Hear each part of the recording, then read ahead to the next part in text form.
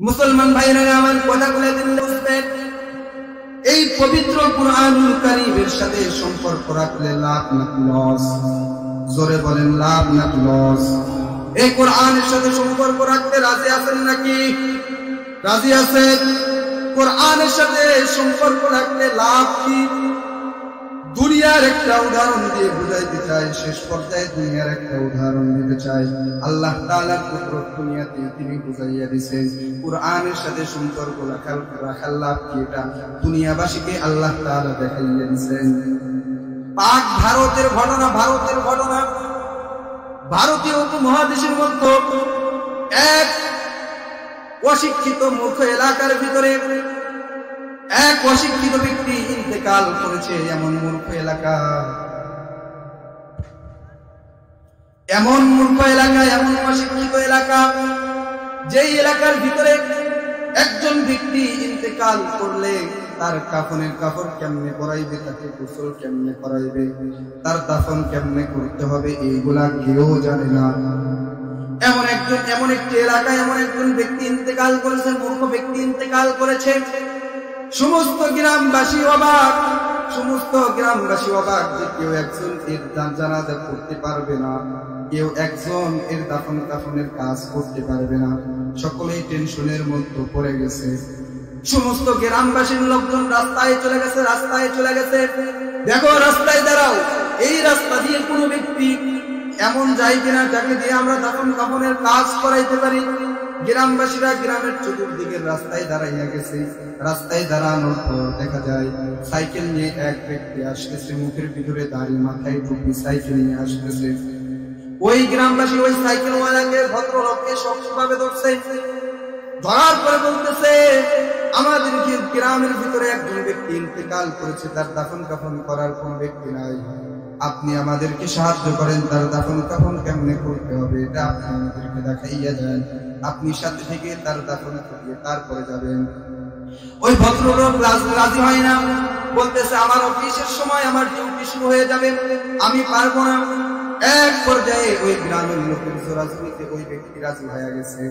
রাজি হওয়ার পর ওই গ্রাম্য ব্যক্তির ওই মাইয়তকে সুন্দরভাবে গোসল করিয়ে তার কাফন করিয়ে তাকে দাফনের জন্য জানাজা নামাজ পড়িয়ে কবরস্থানে নিয়ে গেছে।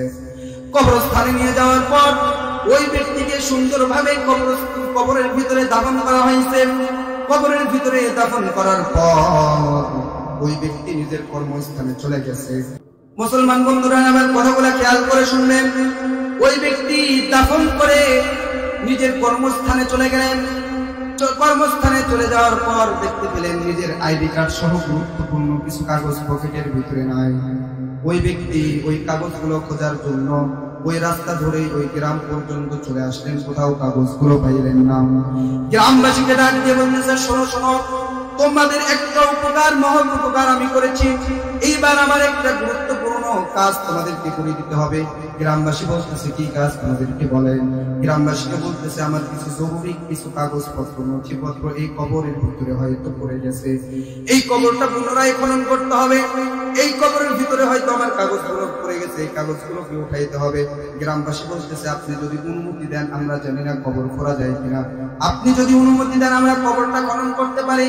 ওই ভদ্রলোক অনুমতি দিয়ে দিলেন, কবরটা খনন করা হলো। কবরের ভিতরে দেখা গেল কবরের ভিতর থেকে সুন্দর সুঘ্রাণ আসতেছে। এইবার ওই ভদ্রলোক নিজের নথিপত্র কাগজপত্রের কথা ভুলে গেছে।